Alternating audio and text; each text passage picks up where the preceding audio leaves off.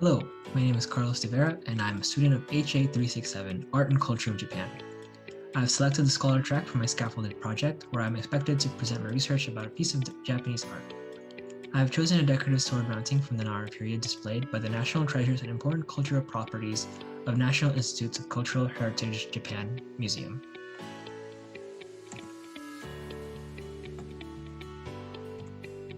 First, a description of the object.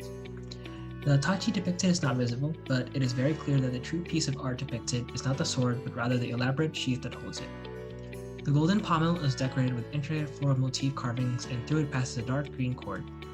The rest of the handle is decorated with minuscule pearl-like spears.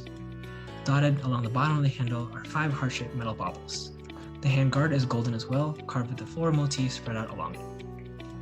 The sheath is divided into 7 segments, 4 golden and 3 wooden, arranged in an alternating pattern with the beginning and end of the sheath being a golden segment. Each of the golden segments are similar in that they each have raised elements of circular flowers, branches, and leaves. Each element connects to another to span each segment. On the wooden segment that comes right after the first golden segment, 2 birds of a slightly pinkish hue and green adorning the wooden tips hold flowers in their beaks facing each other.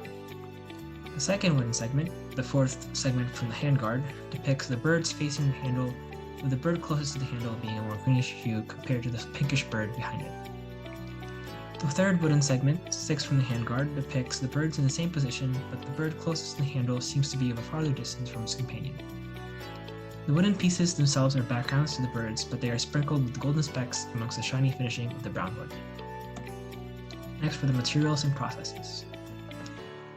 The traditional process of creating Japanese swords in ancient times was a very intricate process.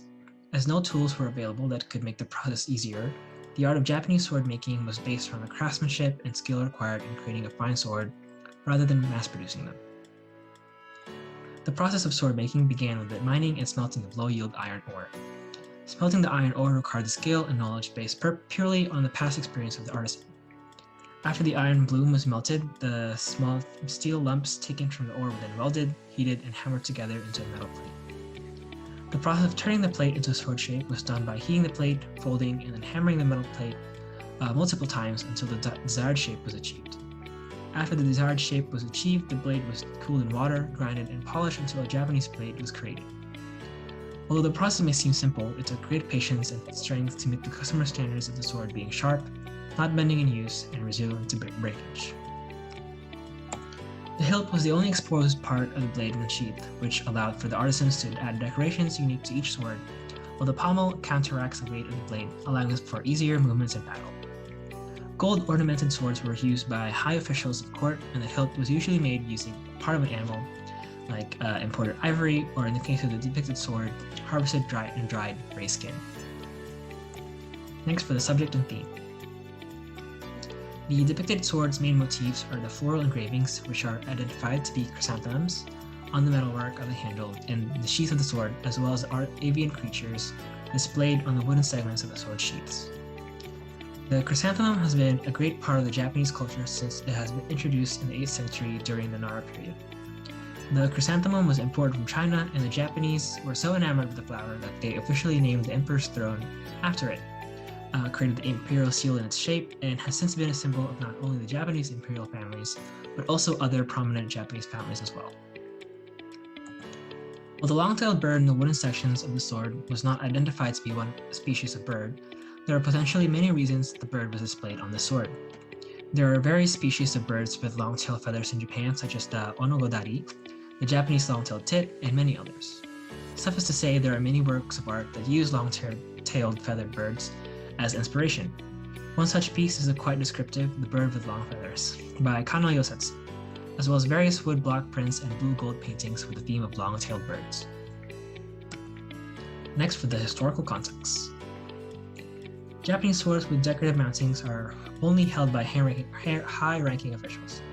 They were used in official ceremonies or special events and could only be used by special permission from the emperor. Scabbards were used as a means to protect the sword from becoming dull. However, they were also used to distinguish which swords were practical and which ones were used for purposes such as ceremonial activities.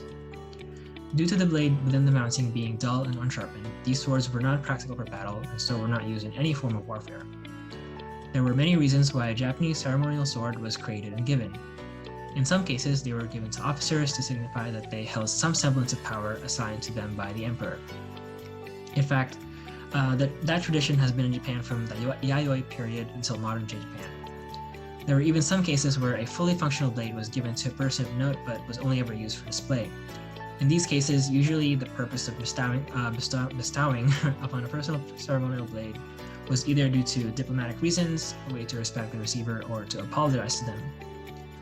Or in some interesting cases, the ceremonial sword was a family heirloom and was given to a person who had saved a member of the family.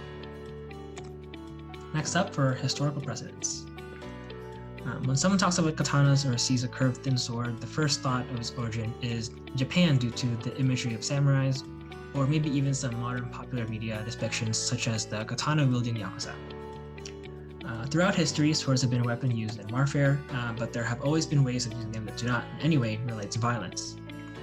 Ceremonial swords are one such instance of swords that are not used in any way to harm or hurt another, but rather were symbols of prestige, power, and connections. In many cases, a warrior's survival is thanks to their sword, and as such, swords hold a great symbolism for strength and power. It comes as no surprise then that the symbol of power and prestige used by some people in positions of power are swords.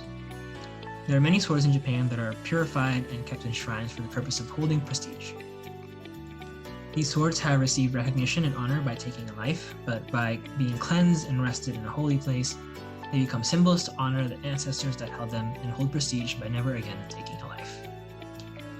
While such swords are kept in stationary places such as shrines, the ceremonial swords, such as the one depicted, were never tools of warfare and will never be used in warfare in any capacity. These ceremonial swords may not hold the prestige gained through fighting battles and trekking through war-torn grounds, but they hold a different sort of power. Ceremonial swords commissioned by the emperor and gifted to certain officials are symbols of power through recognition. The history of the Japanese sword is filled with a culmination of culture, artistry, and power. In Japan, swords are forged out of the iron dug from their earth, and although this iron may not be as strong as its foreign counterparts, the Japanese sword shape and method of creation was brought about due to the tenacity, ingenuity, and the forger's wish to make the best of what they have. Not only are they used in warfare, but these swords hold history not only in the battlefield, but also in shrines, ancestral homes, and even in the emperor's hands. It took great talent to forge a great blade, but the artisans responsible for the creation of the scabbard, the hilt, and the arm guard are also worthy of recognition, especially those responsible for the creation of ceremonial swords. The artwork depicted on the scabbard and the floral chrysanthemum designs carved on the metal mountings show just a hint of the depth of history that just one of these swords represent. Thank you.